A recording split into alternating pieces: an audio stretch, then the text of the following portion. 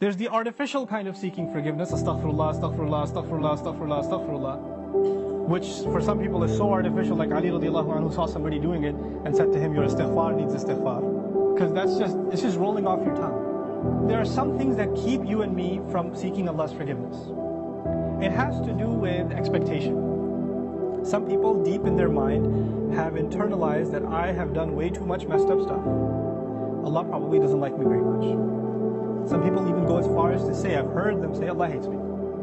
Allah hates me. Allah doesn't like me. Allah is angry with me. I've done a lot of bad things. I knew Allah doesn't want me to do this, and I did it anyway, and I did it over and over and over again.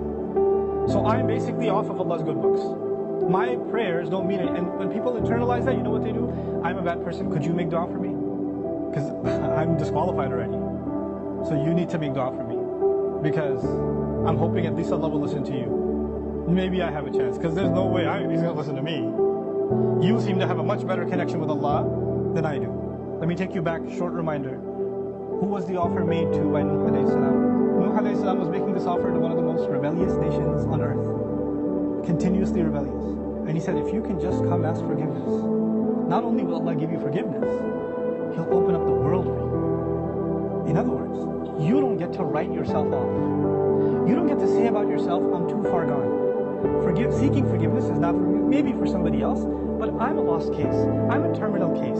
I'm beyond hope. I'm already done for. If anything, my mom will make dua for me, or this one will make dua for me. And this is where shaitan comes. Shaitan uses that. When shaitan, he takes advantage of the hopelessness of people, and that's one of the doors to shirk.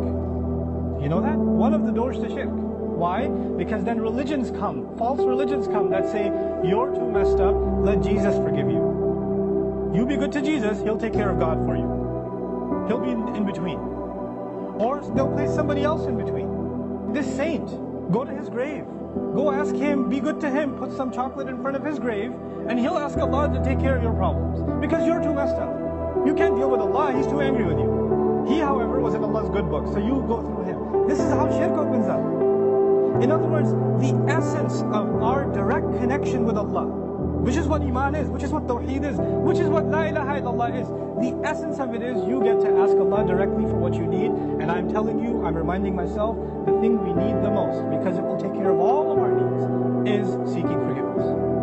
Now, there's a seeking of forgiveness by the tongue, and there's a seeking of forgiveness by the heart. Human beings tend to be defensive. If I criticize you for something, hey, I saw you said that. Why did you say that? I didn't mean it like that. You don't understand what I was going through. Excuse me. You don't even understand the whole story. Hey, I noticed that you did this. You get defensive immediately.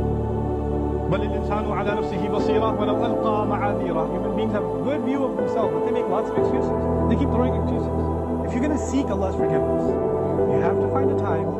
It doesn't matter if you don't know Arabic, and you only know Punjabi, and you only know Bangla or Bahasa or English or Urdu, it doesn't matter. You speak to Allah and you genuinely admit to Him what you've done wrong and don't make excuses. It's really hard to do that. Because even when you stand in the mirror, you lie to yourself. You tell yourself, I'm not that bad. I have reasons for what I did. I have justification. I've been through a lot. But when you're going to come in front of Allah, you have to forget about justifying. Because all of your justifications, He knows them already. He knows what you were going through. He knew it was a tough time. He knew that this was overwhelming you, that was overwhelming you. I was under a lot of stress, Ya Rab, that's why I drank.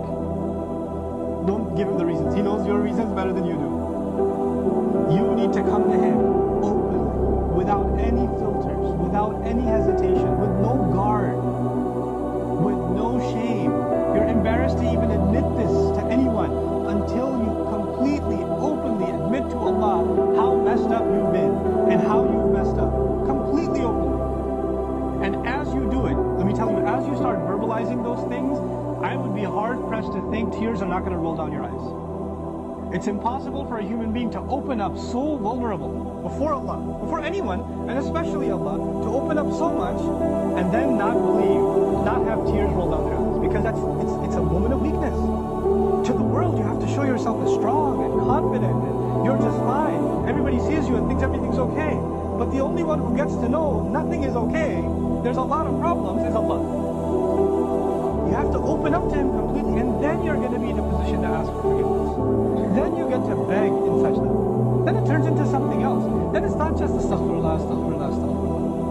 It's a real conversation with Allah. It's a real confession with Allah. It's a powerful, powerful thing. Try it for yourself. You have to find time alone to yourself. You have to make sure nobody else is listening. You can't even do it in the middle of the night. You get up from the bed, the wife is still in bed, you sit on the side of the bed, Ya Allah, forgive me, and she's listening. You can't do that. Be in the car by yourself. Doesn't matter. Be somewhere alone. This is just your time with Allah. Your alone time with Allah. And verbalize it. Hear yourself say it. There's one thing to just whisper it. And if you're just going to memorize a bunch of du'as in Arabic and you don't even know what they mean, and just recite them, if you're going to keep doing that, and those du'as are beautiful, they're powerful, but if your heart isn't speaking them, your tongue is speaking them, then you're not seeking istighfar yet.